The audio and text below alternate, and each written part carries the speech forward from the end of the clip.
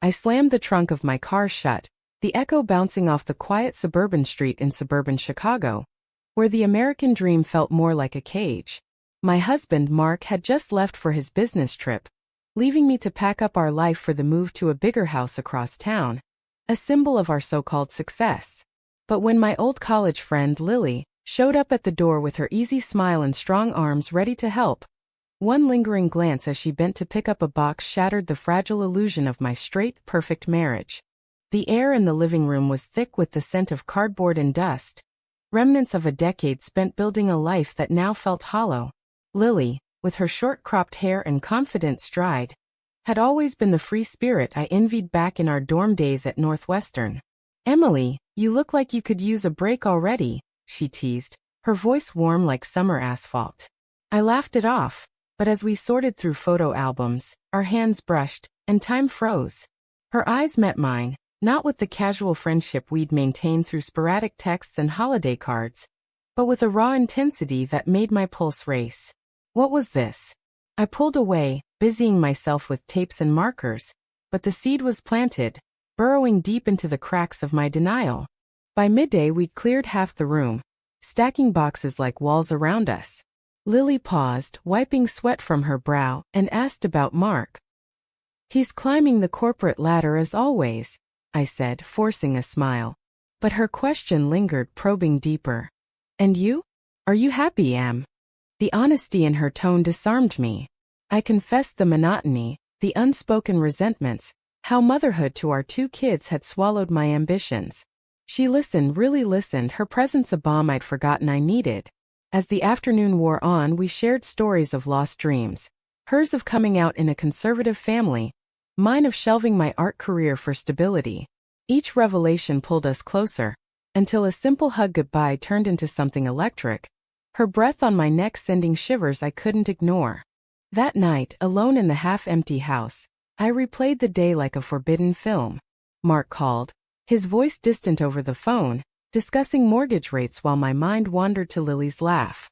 Guilt gnawed at me. What kind of wife entertains such thoughts? But curiosity won, and I texted her thanks, adding a casual invitation for coffee the next day. Her reply was swift. "I'd love that. More than you know." Sleep evaded me, torn between loyalty and this awakening spark. The coffee shop in downtown Evanston buzzed with midday chatter, but our table felt isolated, a bubble of tension. Lily arrived in jeans and a leather jacket, exuding the confidence I'd always admired. We talked for hours, skirting the edge of the unspoken. She shared how her last relationship ended because her partner couldn't handle the societal stares, the family disownments. "It's exhausting fighting for who you are," she said, her eyes locking on mine. I nodded, feeling a mirror in her words, my own battles with expectations as a good wife. As we parted, her hand lingered on my arm, and I didn't pull away. Driving home, panic set in. Was this attraction? To a woman? The thought terrified and thrilled me, clashing with the heteronormative world I'd built. Days blurred into a routine of packing interspersed with stolen moments with Lily. She'd drop by under the guise of help, but our conversations delved deeper, exposing vulnerabilities. One evening, as rain pelted the windows, she confessed her feelings had shifted years ago, back in college, but she'd buried them for my sake. "I didn't want to complicate things," she whispered. My heart pounded. Complicate? This was detonation. I admitted the confusion, the pull I felt, but reminded her of my vows, my children. The air crackled with unspoken desire, but we held back, the moral weight pressing down. Mark returned that weekend, oblivious to the storm brewing. Family dinners resumed, but I was distant, my mind elsewhere. Lily's texts became lifelines, each one a thread unraveling my facade. When Mark noticed my distraction, I blamed stress from the move. But inside, conflict raged. Betray my marriage for truth, or suppress this for stability? The choice loomed, a precipice. As boxes piled higher, so did the tension. Lily challenged me one afternoon. "What do you want, Emily? Not what society wants." Her words struck like lightning, forcing me to confront the lie I'd lived. That night I dreamed of freedom, waking with resolve, but to what end? The move date approached, amplifying everything. In a moment of weakness, I confided in my sister, who reacted with horror. This isn't you. Think of the kids. Her judgment echoed societal norms, fueling my doubt. Yet Lily's support felt authentic, a contrast to Mark's emotional absence. One heated argument with Mark over trivialities exposed the rift. You're not here, he accused. Guilty, I retreated, but Lily's call pulled me back. You deserve happiness. The divide widened. Finally, in the empty old house, Lily and I faced it. I can't do this halfway, she said. Tears flowed as I admitted my love, but the cost, family reputation, paralyzed me. We parted unresolved, the air heavy with what-ifs. The new house in the upscale neighborhood of Wilmette stood as a monument to achievement, with its manicured lawn and spacious rooms, but to me it felt like a gilded prison. Unpacking boxes became a mechanical task, each item a reminder of the life I was questioning. Mark dove into work, leaving me to settle in with the kids, who sensed the undercurrent of unease but couldn't name it. Lily's absence was a void, her texts now sparse to avoid suspicion, but every notification sent my heart racing. A week in, I caved and met her at a park, away from prying eyes. The autumn leaves crunched underfoot as we walked, the crisp air mirroring the clarity I sought. I've missed you, she said simply, her hand finding mine. The touch ignited the fire I tried to douse. We talked of possibilities, a life together, but reality intruded. Divorce, custody battles, societal backlash in our conservative suburb. Are you ready for that fight? She asked. I wasn't sure, the moral quandary twisting like a knife. Was pursuing my truth selfish or essential? Back home, the facade cracked further. During a family gathering, my mother-in-law's offhand comment about traditional values stung. A veiled jab at the changing world. I smiled through it, but inside resentment boiled. That night, alone in the guest room I'd claimed as my space, I researched online. Stories of women coming out later in life, the pain and liberation. It fueled my resolve but also fear. Lily pushed gently. We can't keep sneaking around. Her words rang true, but the thought of telling Mark terrified me. Instead, I confided in a therapist, anonymous sessions where I unpacked years of suppression. Attraction isn't choice, she said, but society disagreed. The sessions helped, but decisions loomed. One evening, Mark confronted me over dinner. What's going on, Emily? You're like a ghost. Panic surged. I wasn't ready. I lied, blaming postpartum echoes from our youngest, but his skepticism grew. The lie tasted bitter, a betrayal in itself. Lily's patience waned. In a tense call, she issued an ultimatum. Choose us or let me go. The pressure mounted, forcing introspection. What price for authenticity? Family harmony, or personal fulfillment? The kids' innocent questions about my mood added layers of guilt. Mommy's sad, my daughter asked. How could I explain? I dove into community forums, reading tales of fractured families post coming out. It sobered me, the potential damage. Yet, a lunch with Lily reignited hope. Her stories of resilience inspired, but also highlighted risks. Job discrimination, social isolation. In America, progress coexisted with prejudice. Mark's business trip loomed again, offering a window. I planned to confess upon his return, but doubt crept in. Was this love or escape? In the quiet nights, memories flooded. Our wedding, births, shared joys. Tearing that apart felt immoral, but suppressing felt like death. The climax built as Lily arranged a final meeting. This is it, she said. At a cafe, emotions spilled. Love declared, fears voiced. Leaving, I promised a decision soon. But the weight crushed me. Homeward, traffic blurred through tears. The choice. Stay safe or leap. The decision crystallized in a sleepless night, staring at the ceiling fan's endless spin. I couldn't live the lie anymore. The next morning, with Mark away, I called Lily. I want to try. Her joy was palpable, but caution tempered it. This won't be easy. We planned discreetly. Meetings in neutral spots, building emotional foundations before physical steps. But secrets breed complications. A neighbor spotted us at a distant mall, her raised eyebrow at book club hinting suspicion. Paranoia set in. Was I being watched? In suburbia, gossip traveled fast. Therapy intensified, delving into internalized homophobia. You've been conditioned, the counselor said. Unpacking that revealed layers: family expectations, religious upbringing.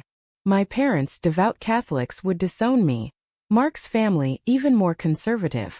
Lily shared her own scars. Estrangement from siblings after coming out. It hurts, but freedom heals. Her strength bolstered me, but the moral debate raged. Was breaking vows justifiable? The kids became pawns in my mind. How would divorce scar them? Studies showed resilience, but anecdotes of trauma haunted. Mark returned, sensing the shift. We need to talk, he said one night. Heart pounding, I confess partial truth. Unhappiness in our marriage. He was stunned, then angry. Is there someone else? I denied, but the seed was planted. Arguments ensued, accusations flying. You've changed, he spat. Guilt consumed me. Was I the villain, destroying our home for selfish desire? Lily urged patience, but tension escalated. A family event forced proximity, my parents visiting. Their praise for our perfect life mocked me. During dinner, a news story on LGBTQ rights sparked debate. My father's disdainful comment: "It's unnatural." I bit my tongue, but Lily's influence made silence complicit. Later, alone with Mom, I tested waters. What if someone close was gay? Her response chilled. I'd pray for them, but it changes everything. The betrayal felt imminent. Lily and I met secretly, passion tempered by fear. We deserve this, she whispered. But doubt lingered. A turning point. Discovering Mark's own secrets. An emotional affair at work. Hypocrisy fueled my resolve. Confrontation loomed. In therapy, I role-played the reveal. Honesty is key, counselor advised. But timing mattered. Lily's job offer in another city added urgency. Come with me. The dream tempted, but roots held. Nights blurred with what-ifs. The price. Lose family, gain self? Or vice versa? The storm broke when Mark found a text from Lily. Who is she? He demanded. Denial crumbled. The confrontation in our pristine kitchen exploded like a grenade. Mark's face twisted in disbelief as I stammered explanations. It's not an affair yet, I said, but the admission of feelings shattered him. How long? He roared. Weeks, I confessed, but the roots deeper. He stormed out, leaving me in ruins. The kids overheard, their confusion piercing. Why is Daddy mad? Comforting them, I lied softly, but the damage was done. Lily rushed over, her presence an anchor amid chaos. We'll get through, she promised. But Mark's return brought ultimatums. Her or us. The choice gutted me. Family intervened, parents called, horrified. Think of the children. Mom pleaded. Dad's silence spoke volumes. Disapproval eternal. Societal whispers amplified. Friends distanced, whispers at school pickups. In America, tolerance varied by zip code. Our affluent bubble leaned conservative. Lily faced backlash too. Her boss, upon hearing rumors, sidelined her. It's subtle discrimination, she said bitterly. Moral quandaries peaked. Was love worth this destruction? Therapy offered no easy answers. Custody discussions began. Lawyers involved. Mark fought dirty, painting me unstable. The betrayal stung. Our once partner, now adversary. Kids shuttled between homes, their tears a constant reproach. I miss Daddy, son whimpered. Lily's support wavered under strain. This is harder than I thought. Doubts crept. Was our connection real or rebound? A mediation session exposed raw wounds. Mark accused manipulation. I countered emotional neglect. Truths aired, painful but cathartic. Parents disowned subtly. No more visits. Isolation deepened. Yet, moments with Lily offered glimpses of joy, quiet dinners, shared dreams. But the cost mounted. Financial strain from divorce, emotional toll on all. Food for thought. Society's progress masked persistent biases. Coming out stories glorified liberation but ignored fallout. Lily proposed therapy together. Sessions revealed compatibilities but also differences. Her wanderlust versus my stability needs. A betrayal twist. Mark revealed he'd suspected my orientation years ago, but ignored it for normalcy. His complicity shocked. Resolution neared. Court dates set. I chose truth, but at what price? Nights of reflection. Damage irreversible but growth possible. The awakening. Authenticity's value outweighed conformity. But questions lingered. Divorce proceedings dragged like a slow bleed, each hearing a battlefield of accusations and regrets. Mark's lawyer grilled me on my lifestyle change, the term dripping with judgment. I defended my right to happiness, but the judge's neutral gaze hit potential bias. In Illinois, laws protected, but human prejudice lingered. The kids adapted unevenly. Daughter resilient, son withdrawn. Therapy for them became essential, bills piling. Guilt was my shadow. Had I prioritized self over them? Lily moved in temporarily, our relationship official but fraught. Neighbors' stares burned. One petitioned HO subtly against disruptive elements. Subtle homophobia in action. Family rifts deepened. Siblings sided with parents, calls unanswered. Isolation bred paranoia. Every glance suspect. Lily's career suffered. Promotion denied, whispers of distraction. She considered suing, but energy waned. Is this worth it? She asked one night. Moral debates intensified. Society preached acceptance, but practiced conditional love. My choices sparked arguments with remaining friends. Some supportive, others judgmental. A turning point. Kids met Lily formally. Son's wariness hurt, but daughter's curiosity bridged. She's nice, Mom. Small victories. Mark softened slightly, co-parenting talks civil. I want what's best for them, he admitted. Shared pain fostered uneasy truce. But betrayal echoed. Discovering Mark's affair progressed physically. His hypocrisy fueled anger, but also empathy. We both sought escape. Lily and I faced our own trials. Jealousy over pasts, pressure to prove worth. A fight erupted over relocation.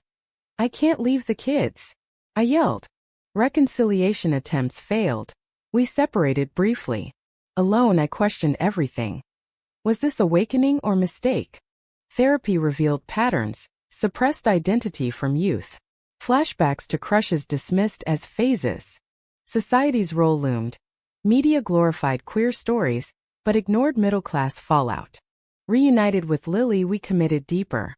Community found in LGBTQ groups, support amid struggle. Parents reached out tentatively. Mom's letter. I don't understand, but I love you. Thaw began. Kids thrived eventually, dual homes normalizing. But scars remained. Highs.